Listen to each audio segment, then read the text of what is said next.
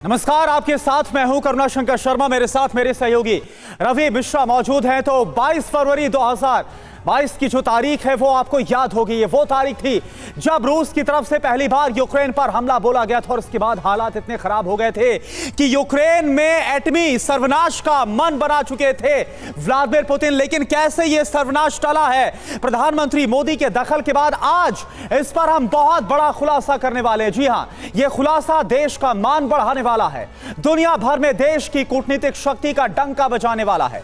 एक ऐसी स्थिति बनी जब दुनिया में बहुत बड़ा विनाश आ सकता था, विश्व युद्ध 3 छिड़ सकता था, यानी कि वर्ल्ड वॉर 3 शुरू हो सकता था। महातबाही बस एक फैसले की दूरी पर थी। यह फैसला लेने वाले थे रूस के राष्ट्रपति व्लादिमीर पुतिन। जी हां, पुतिन के संभावित फैसले की अमेरिका को भी भनक लग गई थी और उसके रातों की नींद उड़ी हुई थी। तब अमेरिका को संकट मोचक पीएम मोदी की याद आई और अमेरिका की उम्मीदों के मुताबिक ही पीएम ने उस महाविनाशकारी फैसले को रुकवाया, उस परमाणु अटैक पर ब्रेक लगाया। मगर आखिर कैसे टला ये परमाणु हमला? कैसे टला ये बड़ा संकट? पुतिन का वो खौफनाक प्लान था क्या और कैसे अंजाम दिया जाना था? पीएम ने कैसे टाली एटमी त्रासदी? आप बने रहिए हमारे साथ, क्योंकि अब से महज कुछ सेकंड्स में हम ये बड़ी खबर, बड़ा खुलासा करने वाले हैं। आपके सामने ये खबर हम रखने जा रहे हैं। तो जी हां, अमेरिकी न्यूज चैनल CNN का बहुत बड़ा दावा है, रूसी राष्ट्रपति पुतिन परमाणु अटैक करने वाले थे। पीएम के दखल पर पुतिन ने कदम पीछे लिए। अमेरिका ने पीएम से दखल की गुजारिश की थी और उसके बाद ये एक बड़ी कोशिश की गई दुनिया को एटमी हमले से बचाने के लिए। और चलिए अब आपको यह बताते हैं कि कैसे पूरा वाकया हुआ और कैसे पुतिन अपने उस भयावह और महाविनाश के फैसले से पीछे हटने को तैयार हुए हैं। दरअसल CNN की रिपोर्ट के मुताबिक यूक्रेन पर रूस परमाणु हमला कर सकता था, लेकिन प्रधानमंत्री मोदी की पहल पर यह बड़ी तबाही टाली गई। CNN की रिपोर्ट के जरिए इस बात का खुलासा हो रहा है। CNN की रिपोर्ट में अमेरिका के 2 वरिष्ठ अधिकारियों के बयान का हवाला दिया गया है। दरअसल रूस को इस बात का डर था कि शुरुआती समय में जिस तरह से यूक्रेन खैरसॉ में बढ़त बना रहा था, वो रूस को उस इलाके में पटखनी दे सकता था। बिल्कुल, और देखिए ऐसे में पुतिन को यूक्रेन को पछाड़ने का एकमात्र विकल्प सूझा और वो विकल्प था परमाणु हमले का। रिपोर्ट में दावा किया गया है कि पीएम मोदी का पुतिन पर प्रभाव और दूसरे देशों के हस्तक्षेप ने इस परमाणु आपदा को रोकने में अहम भूमिका निभाई। और इस रिपोर्ट में यह साफ संकेत नहीं बल्कि एक तरीके से स्पष्ट तौर पर, प्रमाणित तौर पर कहा गया है कि कैसे इतनी बड़ी त्रासदी को प्रधानमंत्री नरेंद्र मोदी के सहयोग से टाला गया। तो CNN के हवाले से यह बड़ी खबर हम आपको बता रहे हैं। मनीष झा हमारे साथ, हमारे सहयोगी जुड़े हुए हैं, हम बात करेंगे उनसे और समझने की कोशिश करेंगे कि हुआ क्या दरअसल। मनीष, पूरी दुनिया, पूरा देश यही समझना चाहेगा कि हुआ कैसे ये एक बड़ा खतरा जिसको कोई नहीं रोक सकता था और प्रधानमंत्री नरेंद्र मोदी की उसमें किस तरह की भूमिका रही जिससे ये बड़ी परमाणु त्रासदी होते होते रह गई।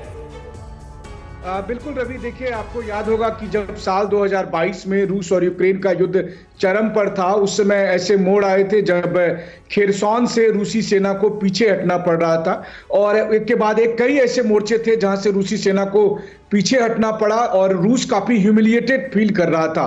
तो अमेरिका को यह लग रहा है कि उस दौरान प्रेसिडेंट पुतिन, रूस की सेना परमाणु बम का इस्तेमाल करना चाहती थी। एक लिमिटेड मात्रा में यूक्रेन में परमाणु बम का इस्तेमाल करना जी, और वो तनाव चरम पर था। उसे रोकने के लिए अमेरिका ने प्रधानमंत्री मोदी की मदद ली थी। और आपको याद ये होगा कि उस दौरान जब प्रधानमंत्री मोदी और प्रेसिडेंट पुतिन की मुलाकात हुई तो प्रधानमंत्री मोदी अकेले ऐसे नेता थे उस समय जब उन्होंने कहा कि ये समय युद्ध का नहीं है, और उन्होंने प्रेसिडेंट पुतिन को लगातार शांति और संयम बनाने की अपील की थी, उन पर दबाव भी डाला था, मैत्री दबाव था। और प्रेसिडेंट पुतिन का भी अगर आप पूरा बिहेव देखें तो वो साफ तौर पर इंगित करता था कि कैसे भारत जिस तरह से उनको परस्यू कर रहा था उसी लाइन पर वो चल रहे थे। और इन्हीं सब बातों को अमेरिकन पत्रकार ने अपनी रिपोर्ट में कहा है, अपनी किताब में कहा है, जब उन्होंने कहा कि अमेरिका को एक बार लग गया था कि अब परमाणु युद्ध होकर रहेगा, लेकिन ये प्रधानमंत्री मोदी थे जिन्होंने प्रेसिडेंट पुतिन को इस बात के लिए समझाया था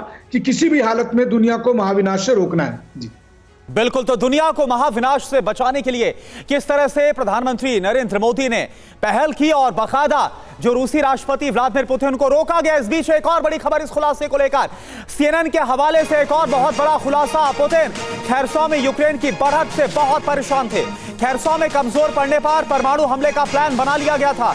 अमेरिका को पुतिन के परमाणु प्लान का पूरा अंदेशा था और इसी के बाद अमेरिका ने रुख किया प्रधानमंत्री मोदी को और प्रधानमंत्री मोदी ने जिस तरह से बात की दखल दिया तब जाकर यह परमाणु सर्वनाश, परमाणु विनाश रोका गया।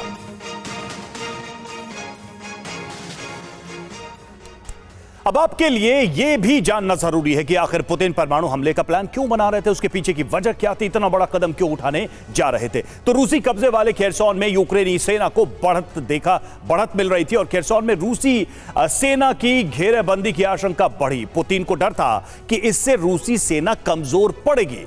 प्रेशर में आए पुतिन ने परमाणु हमले का प्लान बना लिया। यूएस को भी पुतिन के इस संभावित एक्शन का डर था। यूएस को इस बात का खतरा लग रहा था कि बड़ा एक्शन लिया जा सकता है।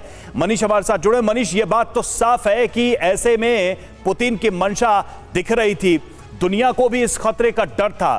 भारत की तरफ से प्रधानमंत्री ने खुले मंच पर जिस तरह से पुतिन को कहा वो भी दुनिया ने देखा। लेकिन क्या यह माना जाए कि भारत की जो बदली हुई कूटनीतिक दृष्टि है दुनिया को देखने की, उसका ये एक जीता जागता उदाहरण है जिसका लोहा अमेरिका समेत तमाम दुनिया मानते हैं कि अगर बातचीत करनी है, मुद्दों को बिना युद्ध के बातचीत की टेबल पे सुलझाना है तो भारत का सहयोग, भारत का साथ जरूरी है।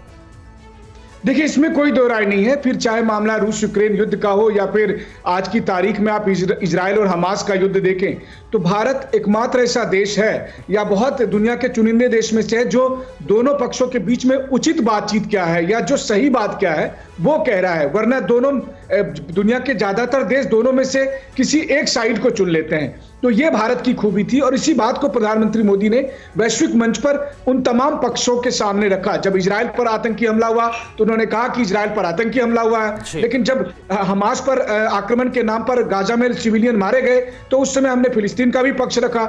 उसी तरह से रूस यूक्रेन युद्ध में आपको याद होगा कि उस समय पहले क्रीमिया पुल पर अटैक हुआ, उससे काफी क्रेमलिन में काफी गुस्सा था। उसके बाद खेरसॉन से रूस की सेना पीछे हटी। एक के बाद एक ऐसे घटनाक्रम हो रहे थे जिसको लेकर अमेरिका का अनुमान था कि पुतिन इसमें परमाणु बम का इस्तेमाल करेंगे। तो प्रिकॉशन के तौर पर किस नेता की याद आई? एक ऐसे नेता की याद आई जो प्रेसिडेंट पुतिन से बात करते थे, जिससे प्रेसिडेंट पुतिन जिनका सम्मान करते थे और पुतिन जिनकी बात को मानते थे। तो ऐसे में प्रधानमंत्री मोदी एकमात्र विकल्प के तौर पर अमेरिका को दिखा और चूंकि भारत अमेरिका का भी अलाई है तो इसीलिए उनके लिए शूट कर रहा था और उन्होंने भारत से रिक्वेस्ट किया। प्रधानमंत्री मोदी ने और इसके बाद यही जो खुलासा है वो किया गया मनीष झा सीएनएन की तरफ से कि प्रधानमंत्री मोदी के दखल के बाद ही जो सर्वनाश है, परमाणु सर्वनाश, इसको टाला गया। और बीते दिनों भी हमने देखा कि ऐसे एससीओ समिट में बेझिझक ये कहा गया था व्लादिमीर पुतिन को मोदी की तरफ से कि ये जो युग है वो युद्ध का नहीं है। खैर, आगे हम बढ़ते हैं और अगली बड़ी खबर का रुख करते हैं। प्रधानमंत्री नरेंद्र मोदी आज हरियाणा के गुरुग्राम का दौरा करेंगे। पीएम 8 लेन वाले द्वारका एक्सप्रेसवे के एक हिस्से का उद्घाटन करने के साथ 1 लाख करोड़ रुपए की देश भर की 112 राष्ट्रीय राजमार्ग परियोजनाओं का उद्घाटन और शिलान्यास करेंगे। प्रधानमंत्री नरेंद्र मोदी पिछले कुछ दिनों से लगातार देश भर में विकास से जुड़े प्रोजेक्ट का उद्घाटन और शिलान्यास कर रहे हैं। इसी कड़ी में आज पीएम मोदी 8 लेन वाले द्वारका एक्सप्रेसवे के हरियाणा खंड का उद्घाटन करेंगे। इस एक्सप्रेसवे के उद्घाटन के साथ ही दिल्ली एनसीआर में रहने वाले लाखों लोगों को जाम की बड़ी समस्या से निजात मिलने वाली है। इसमें कुल 9,000 करोड़ रुपए खर्च किए गए हैं। पीएम मोदी इसके साथ देश की कई दूसरी परियोजनाओं का भी उद्घाटन करेंगे। उनमें दिल्ली में नागलोई नजफगढ़ रोड से सेक्टर 24 द्वारका खंड तक 9.6 किलोमीटर लंबी 6 लेन की शहरी विस्तार, उत्तर प्रदेश में लगभग 4600 करोड़ रुपए की लागत से लखनऊ रिंग रोड के 3 पैकेज, आंध्र प्रदेश में NH16 के आनंदपुरम पेंडुर्थी अनकापल्ली खंड, हिमाचल प्रदेश में NH21 के कीरतपुर से नेरचो खंड, कर्नाटक में डोबा सपेट हेसकोटे खंड के 2 पैकेज सहित कई राज्यों में 20,500 करोड़ रुपए की 42 दूसरी परियोजनाएं भी शामिल हैं। इसके अलावा पीएम मोदी देश के कई राजमार्ग परियोजनाओं की आधारशिला भी रखेंगे। हरियाणा और दिल्ली के बीच बने देश के पहले अर्बन एक्सप्रेसवे आवाजाही के लिए तैयार है और इसके शुरू हो जाने से दिल्ली एनसीआर की जनता को दिल्ली गुरुग्राम रूट पर रोज लगने वाले भयंकर जाम से निजात मिलेगी। एक्सप्रेसवे से TV9 संवाददाता अभिजीत ठाकुर की ये रिपोर्ट देखिए। दिल्ली गुरुग्राम हाईवे पर हर रोज ये लंबा ट्रैफिक जाम और रेंगती हुई गाड़ियां लोगों के लिए परेशानी का सबब है, लेकिन जल्द ही उन्हें इससे छुटकारा मिलने वाला है। द्वारका एक्सप्रेसवे पर हमारी यात्रा अभी शुरू होने वाली है और इस 29 किलोमीटर के स्ट्रेच को पार करने में कितना समय लगता है उसके लिए हमने अपना स्टॉप वॉच सेट कर लिया है। आपके सामने हम इसको ऑन करेंगे और हमारी गाड़ी यहां से चलनी शुरू होगी। पैदल चलने वाले लोग हो या फिर साइकिल पर हो, उनको अगर द्वारका एक्सप्रेसवे को क्रॉस करना है तो उन्हें किसी तरह की असुविधा ना हो, इसका भी ख्याल द्वारका एक्सप्रेसवे पर रखा गया है। इस वक्त मैं गुरुग्राम में मौजूद हूं और मेरे पीछे आप ये स्काई वॉक देख रहे हैं जिस पर रैंप लगाया गया है और रैंप के साथ साथ इसमें एस्केलेटर की सुविधा भी दी गई है। दिल्ली गुरुग्राम बॉर्डर पर महिपालपुर में शिव मूर्ति के पास द्वारका एक्सप्रेसवे की शुरुआत होती है और 29 किलोमीटर का सफर तय करने के बाद आप पहुंच जाते हैं खेरकी दौला टोल प्लाजा पर, जहां पर आता है ये 0 पॉइंट। इस 29 किलोमीटर के सफर को तय करने में हमें लगभग आधे घंटे का वक्त लगा क्योंकि हमारी रफ्तार थोड़ी धीमी थी। प्रधानमंत्री नरेंद्र मोदी आज दिल्ली में सशक्त नारी विकसित भारत कार्यक्रम में हिस्सा लेंगे। पीएम मोदी इस दौरान 1000 नमो ड्रोन दीदियों को ड्रोन सौंपेंगे।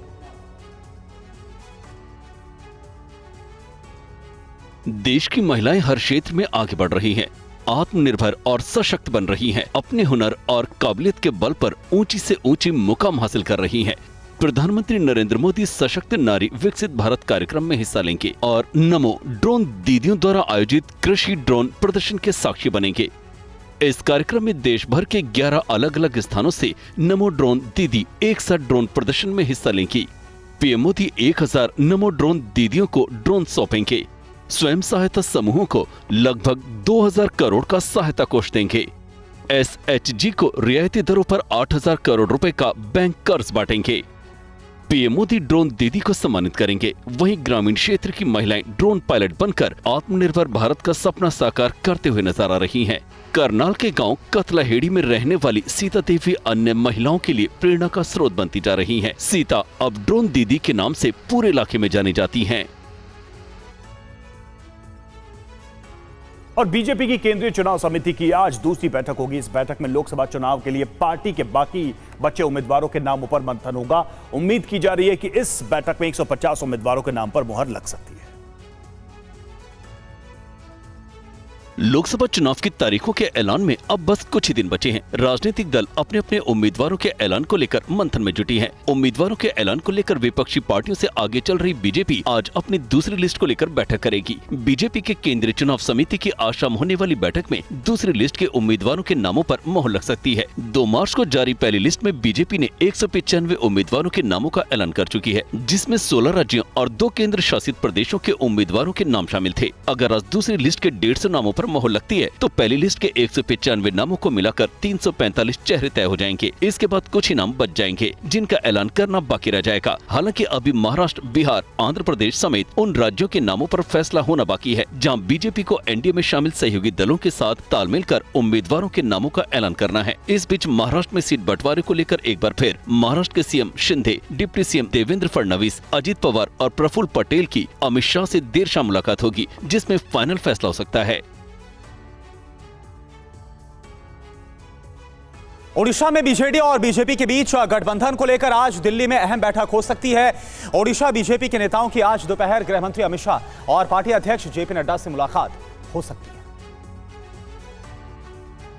ओडिशा में सीएम नवीन पटनायक की पार्टी बीजेडी और बीजेपी के मिलकर चुनाव लड़ने को लेकर संभावनाओं पर मंथनों का दौर जारी है। बीजेडी और बीजेपी के बीच गठबंधन को लेकर आज ओडिशा बीजेपी प्रदेश अध्यक्ष मनमोहन सामल दिल्ली पहुंच रहे हैं और ओडिशा के चुनाव प्रभारी विजय पाल सिंह तोमर दिल्ली में हैं। इन दोनों नेताओं की आज दोपहर करीब 12 बजे केंद्रीय गृह मंत्री अमित शाह और पार्टी अध्यक्ष जेपी नड्डा के साथ बैठक में शामिल हो सकते हैं। ओडिशा में बीजेडी से गठबंधन की अटकलों के बीच बीजेपी की ये बैठक काफी अहम मानी जा रही है। खबर है इस बैठक में बीजेपी का केंद्रीय नेतृत्व राज्य के नेताओं से बातचीत करके ओडिशा में बीजेडी से गठबंधन पर फाइनल फैसला कर सकता है। सूत्रों के मुताबिक कुछ दिन पहले बीजेडी के वरिष्ठ नेताओं की दिल्ली में बीजेपी के नेताओं से बातचीत हुई थी। सूत्रों के मुताबिक ओडिशा में अगर गठबंधन हुआ तो बीजेपी लोकसभा की कुल 21 सीटों में से 13 या 14 सीटों पर लड़ सकती है, जबकि विधानसभा में 147 सीटों में से 95 से 100 सीटों पर बीजेडी लड़ सकती है। ओडिशा में दोनों पार्टियां सभी संभावनाओं पर विचार कर रही हैं, लेकिन अभी कोई अंतिम फैसला नहीं हुआ है।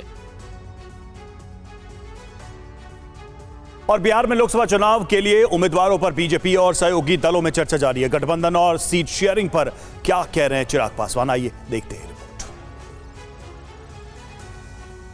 लोकसभा चुनाव को लेकर एलजेपी रामविलास के अध्यक्ष चिराग पासवान धुआंधार प्रचार कर रहे हैं। कार्यकर्ताओं के बीच विकसित बिहार बनाने का संकल्प दोहरा रहे हैं। एनडीए में सीट शेयरिंग को लेकर जेपी नड्डा से 2 दिन पहले ही बात कर चुके हैं। चिराग पासवान को महागठबंधन की तरफ से ऑफर मिल रहे हैं। एक रैली के दौरान चिराग पासवान ने संकेत दिया है कि वो बेहतर विकल्प पर विचार कर रहे हैं। एनडीए गठबंधन में आप नाराज चल रहे हैं सीट शेयरिंग को लेकर, महागठबंधन ऑफर दे रही है एक तरफ। भाई ये सारी बातें आप सब के माध्यम से मैं भी सुनता रहता हूँ कि मैं किस दिन नाराज़ हूँ, मैं किस दिन खुश हूँ। मेरी चिंताएं और बहुत बड़ी हैं। मेरी चिंताएं बिहार को लेकर है, बिहारियों को लेकर है। मीडिया के सवाल पर चिराग पासवान ने कहा कि वो बहुत जल्द गठबंधन और सीट शेयरिंग और सीटों की संख्या लेकर साझा करेंगे। बहुत जल्द मुझे लगता है गठबंधन को लेकर, सीट शेयरिंग को लेकर, सीटों की संख्या को लेकर, ये तमाम बातें बहुत जल्द साझा, और मैं साझा बोल रहा हूँ क्योंकि हम लोग की बातचीत मोर और लेस हो चुकी है। हरियाणा की खट्टर सरकार में सहयोगी पार्टी जेजेपी ने बीजेपी से लोकसभा की 2 सीटें मांगी है। डिप्टी सीएम दुष्यंत चौटाला ने कहा कि सीटों को लेकर बीजेपी से उनकी बातचीत चल रही है। लोकसभा चुनाव को देखते हुए सभी पार्टियों के सहयोगी दल अपनी अपनी दावेदारी कर रहे हैं। सीट शेयरिंग को लेकर बीजेपी लगातार अपने सहयोगी दलों से बातचीत कर रही है। हरियाणा सरकार में शामिल जननायक जनता पार्टी यानी जेजेपी ने हरियाणा की 10 लोकसभा सीट में 2 सीटों पर दावा किया है। दुष्यंत चौटाला ने सिरसा में पार्टी कार्यकारिणी की बैठक के बाद हिसार और भिवानी महेंद्रगढ़ लोकसभा सीट पर दावा किया है। दुष्यंत ने ये भी कहा कि वो 10 लोकसभा सीट पर भी लड़ने की तैयारी कर रहे हैं। हमारी चॉइस बड़ी क्लियर है। चौधरी अजय सिंह चौटाला जी ने अनेक बार कह दिया है कि हिसार और भिवानी महेंद्रगढ़ लोकसभा से पार्टी अपनी तैयारी करे। 2 हमारी प्राथमिकता है और उन प्राथमिकताओं के साथ हम 10 की 10 सीटों पर भी काम कर रहे हैं। दुष्यंत चौटाला ने कहा है कि एनडीए का विस्तार हो रहा है और उसका कुनबा बढ़ रहा है। तो आज भी मानता हूँ एनडीए का जिस तरह विस्तार हो रहा है, टीडीपी कल एनडीए में आई है और छोटे छोटे दल जैसे आरजेडी आया था, आरएलडी आया था, आज एनडीए का कुनबा बढ़ रहा है। और कांग्रेस की भी केंद्रीय चुनाव समिति की आज दूसरी बैठक होगी। मीटिंग में उम्मीदवारों की दूसरी लिस्ट के नामों पर चर्चा हो सकती है। पहली लिस्ट में कांग्रेस ने राहुल गांधी समेत 39 उम्मीदवारों के नामों का ऐलान किया था। कांग्रेस की केंद्रीय चुनाव समिति की पहली बैठक में वीडियो कॉन्फ्रेंसिंग के जरिए शामिल होने वाले राहुल गांधी दूसरी बैठक के लिए न्याय यात्रा से ब्रेक लेकर दिल्ली पहुंच गए हैं। आज होने वाली बैठक में पार्टी की दूसरी लिस्ट के उम्मीदवारों के नामों की स्क्रीनिंग होगी। माना जा रहा है कि आज होने वाली केंद्रीय चुनाव समिति की दूसरी बैठक में राजस्थान की सभी 25 सीटों पर लोकसभा चुनाव के प्रत्याशियों के नामों पर भी मोहर लग सकती है। इसमें कुछ बड़े नामों पर भी फाइनल फैसला हो सकता है। 8 मार्च को हुई केंद्रीय चुनाव समिति की बैठक में 60 उम्मीदवारों पर चर्चा हुई थी, जिसमें से केरल के वायनाड से राहुल गांधी और तिरुवनंतपुरम से शशि थरूर के साथ 39 नामों पर मोहर लगी थी। इसमें संगठन महासचिव केसी वेणुगोपाल भी शामिल थे। पहली लिस्ट में कांग्रेस ने केरल से अपने 14 मौजूदा लोकसभा सदस्यों को फिर से मैदान में उतारा है। कांग्रेस की सबसे बड़ी चुनौती महाराष्ट्र को लेकर है। महाराष्ट्र में इंडिया गठबंधन में शामिल पार्टियों के बीच सीटों को लेकर सहमति नहीं बन पा रही है। पार्टी को अभी बिहार को लेकर भी माथापच्ची करना है। और उत्तर प्रदेश में समाजवादी पार्टी और कांग्रेस में गठबंधन के बाद आज दोनों के बीच बैठक हो रही है। मीटिंग में चुनावी रणनीति के साथ साझा रैलियों को लेकर भी चर्चा होगी। बीजेपी उत्तर प्रदेश की सभी 80 सीटों पर जीत का दावा कर रही है। पार्टी ने 80 कमल खिलाने के लिए पूरी ताकत झोंक दी है। वहीं बीजेपी को हराने के लिए कांग्रेस और समाजवादी पार्टी ने गठबंधन किया है। दोनों के बीच सीट शेयरिंग भी हो चुकी है। समाजवादी पार्टी ने कुछ उम्मीदवारों के नामों का ऐलान भी कर दिया है, लेकिन अब तक कांग्रेस समाजवादी पार्टी के बीच कोई बैठक नहीं हुई थी। सीट शेयरिंग के बाद आज कांग्रेस और समाजवादी पार्टी में पहली बैठक होने जा रही है। इस बैठक में दोनों पार्टियां चुनावी रणनीति पर चर्चा करेंगी। समाजवादी पार्टी के दफ्तर में दोनों पार्टियों के नेताओं की पहली बैठक होगी। कांग्रेस और समाजवादी पार्टी के बीच संयुक्त रूप से चुनाव लड़ने और चुनाव प्रचार करने पर चर्चा होगी। चुनावी प्रचार को धार देने के लिए क्या रणनीति अपनाई जाए, इस पर दोनों दल के नेता मंथन करेंगे। दोनों पार्टियों के बड़े नेताओं की कहां-कहां साझा रैली होगी, इस पर भी विचार किया जाएगा। इस बैठक में हर लोकसभा सीट के लिए समन्वय समिति बनाने पर विचार किया जाएगा। सीट शेयरिंग के तहत समाजवादी पार्टी ने कांग्रेस को 80 में से 17 सीटें दी हैं। दिल्ली और हरियाणा में चुनावी अभियान की शुरुआत करने के बाद अरविंद केजरीवाल आज पंजाब के मोहाली में चुनावी कैंपेन की शुरुआत करेंगे। कल कुरुक्षेत्र में केजरीवाल बीजेपी पर जमकर बरसे। पंजाब की सभी 13 सीटों पर इंडिया गठबंधन से अलग अकेले चुनाव लड़ रही आम आदमी पार्टी आज मोहाली से लोकसभा चुनाव को लेकर अपने प्रचार अभियान की शुरुआत करने जा रही है। मोहाली में केजरीवाल के साथ भगवंत मान भी होंगे। हालांकि आम आदमी पार्टी ने पंजाब में अभी अपने उम्मीदवारों के नामों का ऐलान नहीं किया है। इससे पहले कल हरियाणा के कुरुक्षेत्र की रैली में केजरीवाल ने प्रदेश की सरकार के साथ केंद्र सरकार पर निशाना साधा। केजरीवाल ने कहा, यह धर्म और अधर्म के बीच लड़ाई है। धर्म और धर्म के बीच की लड़ाई है। पांडव जीते थे, कौरवों के पास क्या नहीं था, सब कुछ था उनके पास। पांडवों के पास क्या था? भगवान श्री कृष्ण थे उनके साथ। हमारे साथ क्या है? भगवान श्री कृष्ण हमारे साथ है। आज उनके पास सारी शक्तियां हैं, सारी आईबी, सीबीआई, ईडी, फीडी सब है उनके पास। इस मौके पर पंजाब के सीएम भगवंत मान ने कहा कि आप सर्वे में नहीं, सीधे सरकार में आती है। मैंने कहा जी हमारी पार्टी है, हम सर्वे में नहीं आते, सीधा सरकार में आते हैं हम तो। तृणमूल कांग्रेस ने पश्चिम बंगाल में सभी 42 उम्मीदवारों के नामों की लिस्ट को जारी करके कांग्रेस से गठबंधन के दरवाजे बंद कर दिए हैं। वहीं कांग्रेस के जयराम रमेश ने साफ कहा कि पता नहीं बीजेपी का ममता पर क्या दबाव है। कांग्रेस आखिरी वक्त तक उनसे बात करने के लिए अभी भी तैयार है। तृणमूल कांग्रेस ने पश्चिम बंगाल की 42 लोकसभा सीटों पर अपने उम्मीदवारों की घोषणा कर दी है। सभी सीटों पर उम्मीदवार उतारकर तृणमूल ने गठबंधन के द्वार बंद कर दिए हैं। लोकसभा चुनाव के लिए 16 मौजूदा सांसदों को टिकट दिया गया है, जिसमें 12 महिलाएं भी शामिल हैं। पार्टी ने बहरामपुर सीट से कांग्रेस सांसद अधीर रंजन चौधरी के खिलाफ क्रिकेटर यूसुफ पठान को मैदान में उतारा है। यूसुफ पठान को बंगाल के टीएमसी पार्टी राज्यसभा की मेंबर बना के उनको एमपी पद दिलवाती। टीएमसी ने आसनसोल से अभिनेता शत्रुघ्न सिन्हा और दुर्गापुर से पूर्व क्रिकेटर कीर्ति आजाद को उम्मीदवार बनाया है। बीजेपी से टीएमसी में वापस आए अर्जुन सिंह का टिकट काट दिया गया। उसके बाद वो टीएमसी का मंच छोड़कर चले गए। वहीं संसद से सदस्यता रद्द होने के बाद महुआ मोइत्रा को पार्टी ने फिर से मैदान में उतारा है। ममता बनर्जी ने अपनी लिस्ट में सभी वर्गों का ख्याल रखा है। बीजेपी ने कहा कि टीएमसी बंगाली एंटी पार्टी है। इलेक्टोरल बॉन्ड यानी कि राजनीतिक दलों को दिए जाने वाले चुनावी चंदे की जानकारी देने के मामले को लेकर आज एसबीआई की याचिका पर सुप्रीम कोर्ट सुनवाई करेगा। एसबीआई ने सुप्रीम कोर्ट से दरअसल इलेक्टोरल बॉन्ड से जुड़ी तमाम जानकारी को देने के लिए 30 जून तक का वक्त मांगा है। सुप्रीम कोर्ट ने 15 फरवरी को राजनीतिक पार्टियों को दिए जाने वाले चंदे को लेकर इलेक्टोरल बॉन्ड की व्यवस्था को असंवैधानिक बताते हुए इस पर रोक लगा दी थी। इसके साथ देश की सर्वोच्च अदालत ने एसबीआई को 6 मार्च तक चुनाव आयोग को किसने किस पार्टी को कितना चंदा दिया इसकी जानकारी चुनाव आयोग को देने के निर्देश दिए थे। लेकिन 6 मार्च से पहले ही एसबीआई सुप्रीम कोर्ट में याचिका लेकर पहुँच गयी, जिसमें उसने चंदे से जुड़ी जानकारी देने के लिए 30 जून तक का वक्त देने की मांग की है। एसबीआई का कहना है कि सभी जानकारी निकालने में उसे वक्त लगेगा, लेकिन एसबीआई की इस मांग को चुनौती देने के लिए एक NGO association for democratic reforms यानी एडीआर ने भी याचिका दायर कर दी। एडीआर ने अपनी याचिका में अदालत के आदेश के अवमानना की बात कही है। आज एसबीआई की याचिका के साथ सुप्रीम कोर्ट एडीआर की याचिका पर भी सुनवाई करेगा। एडीआर ने याचिका में कहा कि एसबीआई की 30 जून तक की मोहलत मांगना इस प्रक्रिया की पारदर्शिता पर सवाल उठाता है। सुप्रीम कोर्ट ने चुनावी बॉन्ड को जारी करने वाले बैंक एसबीआई को 6 मार्च तक 12 अप्रैल 2019 से 15 फरवरी 2024 तक पार्टियों के लिए खरीदे गए 22,217 चुनावी बॉन्ड की जानकारी मांगी है। और देखिए, इस बीच एक बड़ी खबर आ रही है चुनावी तैयारियों पर। चुनाव आयोग की बड़ी बैठक दिल्ली में सुबह 11 बजे इलेक्शन कमीशन की बड़ी बैठक है। पुलिस और पर्यवेक्षकों के साथ इलेक्शन कमीशन की बैठक होने वाली है आज।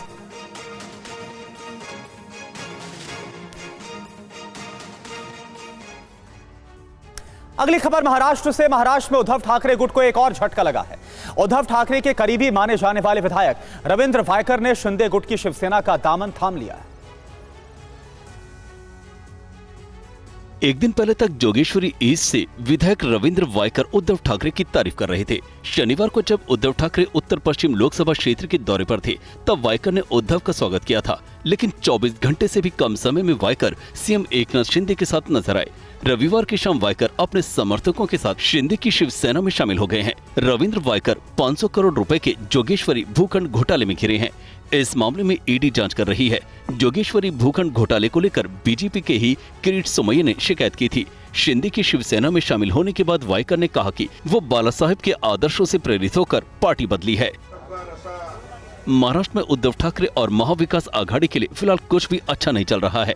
मुंबई के उत्तर पश्चिम सीट से अपने उम्मीदवार के ऐलान करने उद्धव और कांग्रेस के बीच तल्खी बढ़ गई है, तो वहीं वंचित बहुजन आघाड़ी ने भी सिरदर्द बढ़ा दिया है।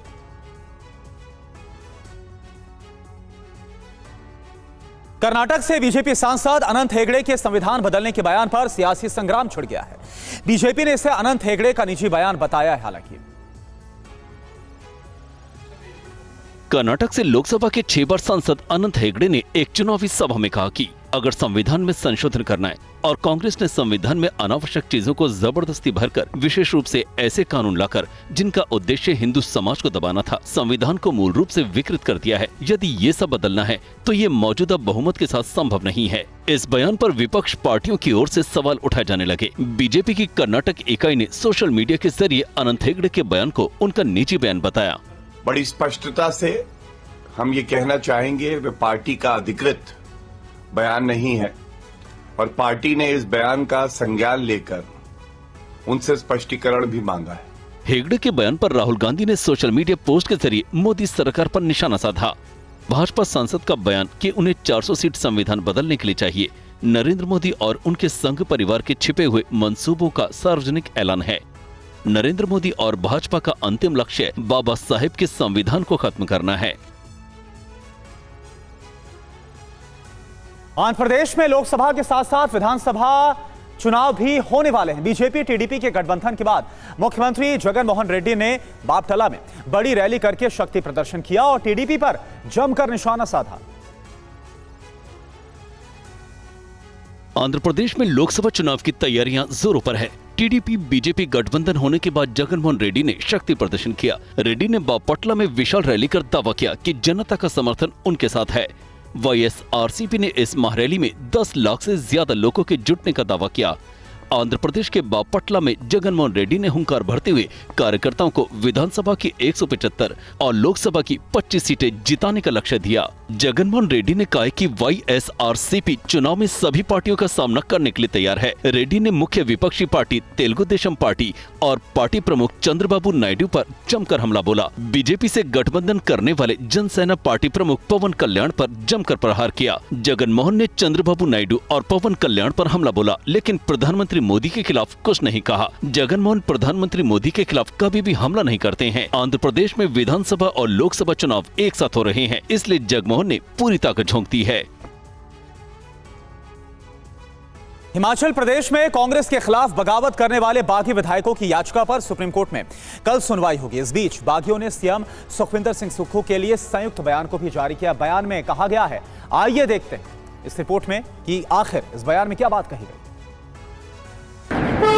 चंडीगढ़ से उत्तराखंड के ऋषिकेश पहुंच चुके कांग्रेस के अयोग्य ठहराए जा चुके 6 और 3 निर्दलीय विधायकों ने एक संयुक्त अपील सीएम सुखविंदर सिंह सुक्खू के लिए जारी की है। इस अपील में बागियों ने कहा है कि मुख्यमंत्री सुखविंदर सिंह सुक्खू को आत्मनिरीक्षण करना चाहिए और ये महसूस करना चाहिए कि वर्तमान स्थिति के लिए कौन जिम्मेदार है। मुख्यमंत्री एक तरफ उनसे समझौते के लिए संपर्क कर रहे हैं और दूसरी तरफ काले सांप और चरवाहे जैसे बयान जारी कर रहे हैं। सरकार पूरी तरह से बौखलाहट में है और जब हिमाचल प्रदेश में ऐसी परिस्थिति बन गई है कि कांग्रेस के पास बहुमत नहीं है और लोकतांत्रिक व्यवस्था के अनुरूप जो है उनका व्यवहार नहीं है। इस बीच कांग्रेस अध्यक्ष मल्लिकार्जुन खड़गे ने हिमाचल प्रदेश में सरकार और संगठन के बीच बेहतर तालमेल के लिए 6 सदस्यीय समन्वय समिति का ऐलान किया, जिसमें सीएम सुक्खू और उप मुख्यमंत्री मुकेश अग्निहोत्री के अलावा प्रदेश अध्यक्ष प्रतिभा सिंह और कौल सिंह ठाकुर को सदस्य बनाया गया है। काला जठेड़ी की शादी से पहले गैंग वॉर की साजिश को लेकर दिल्ली पुलिस ने कैसे इसे नाकाम करने का काम किया है, इस रिपोर्ट में आप देखिए। लेडी डॉन और कुख्यात गैंगस्टर काला जठेड़ी की शादी के पहले उसकी गैंग के 5 शार्प शूटर को पुलिस ने गिरफ्तार किया है। गैंगस्टर की शादी से पहले पुलिस ने बड़ी साजिश को नाकाम कर दिया है। दिल्ली पुलिस के स्पेशल सेल ने विदेशी हथियारों के साथ इन शार्प शूटर्स को दिल्ली के द्वारका इलाके से गिरफ्तार किया है। स्पेशल सेल को खबर मिली थी कि काला जठेड़ी की शादी के पहले हरियाणा के रोहतक में बड़ी गैंग वार होने वाली थी। पुलिस ने गिरफ्तार शूटर्स के पास से कई आधुनिक हथियार बरामद किए हैं। इन शूटर्स के कब्जे से PX-30 made in China pistol, P Beretta made in Italy pistol, .32 pistol और कई राउंड कारतूस बरामद किए गए हैं। स्पेशल सेल अब इन शार्प शूटर से पूछताछ करके ये पता लगाने की कोशिश कर रही है कि कहीं विरोधी गैंग का साया जठेड़ी की शादी पर न मंडराए, इसलिए ये गिरोह द्वारका इलाके में शरण लिए हुए थे। पुलिस ये भी पता लगाने की कोशिश कर रही है कि कहीं ये लोग चोरी छिपे काला जठेड़ी और लेडी डॉन की शादी में शरीक होने तो नहीं आए थे। पुलिस कई मामले में इन शूटरों से पूछताछ कर रही है। अगर आपके घर में किसी को भी मोबाइल देखने की लत है तो यह खबर देखना आपके लिए बहुत जरूरी है। आप देखिए, मोबाइल का एडिक्शन सूरत की एक लड़की की मौत की वजह कैसे बन गया। मोबाइल फोन आज के समय में इंसान की बहुत बड़ी जरूरत बन चुका है। बच्चे हो या जवान या बूढ़े, सभी में मोबाइल की लत लग गई है। मोबाइल से फायदा है तो हानि भी बहुत है। जब मोबाइल लत बन जाए तो इसके दुष्परिणाम भी देखने को मिलते हैं। ऐसे ही मामला सूरत से सामने आया है, जहां एक लड़की ने मोबाइल की लत में अपनी जान दे दी। पुलिस ने लड़की की आत्महत्या के मामले में केस दर्ज कर जांच शुरू कर दी है। सूरत में राणा परिवार में सन्नाटा पसरा हुआ है। परिवार की 20 वर्षीय बेटी के इस कदम ने सभी को तोड़ कर रख दिया है। दरअसल सूरत शहर के गोपीपुरा इलाके में रहने वाली विशाखा राणा को मोबाइल की लत लग गई थी। परिवार के लोग इससे काफी परेशान थे, मगर उसकी लत छूट नहीं रही थी। मजबूर होकर परिवार वाले उसे डॉक्टर के पास लेकर गए। मनोचिकित्सक ने इलाज शुरू किया, लेकिन उस पर इसका कोई असर नहीं पड़ रहा था। बताया जा रहा है कि लड़की को मोबाइल की इतनी लत लग गई कि वो हर वक्त सोशल मीडिया पर कुछ न कुछ सर्च करती रहती है। वो सोशल मीडिया पर फेस एक्सरसाइज कर रही थी। उस दौरान उसका चेहरा मुड़ गया था। 2 महीने से मनोचिकित्सक से इलाज भी चल रहा था। पिछले 1 महीने से उससे मोबाइल भी ले लिया गया था। लड़की घर में अकेली रह रही थी। यूपी के खलीलाबाद से बड़ी खबर है, जहां पर एसबी-एसपी की प्रदेश महासचिव की हत्या कर दी गई। दिन दहाड़े उनके घर में घुसकर प्रदेश महासचिव नंदिनी राजभर की हत्या की गई। नंदिनी की हत्या करके आरोपी मौके से फरार हो गए।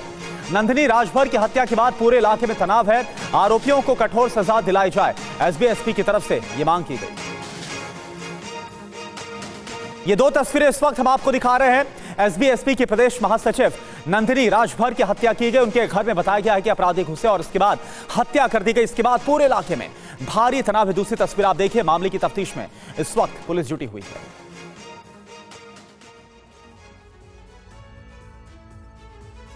लखनऊ में एलडीए के ध्वस्तीकरण की कार्रवाई के दौरान जमकर पत्थरबाजी हो गई।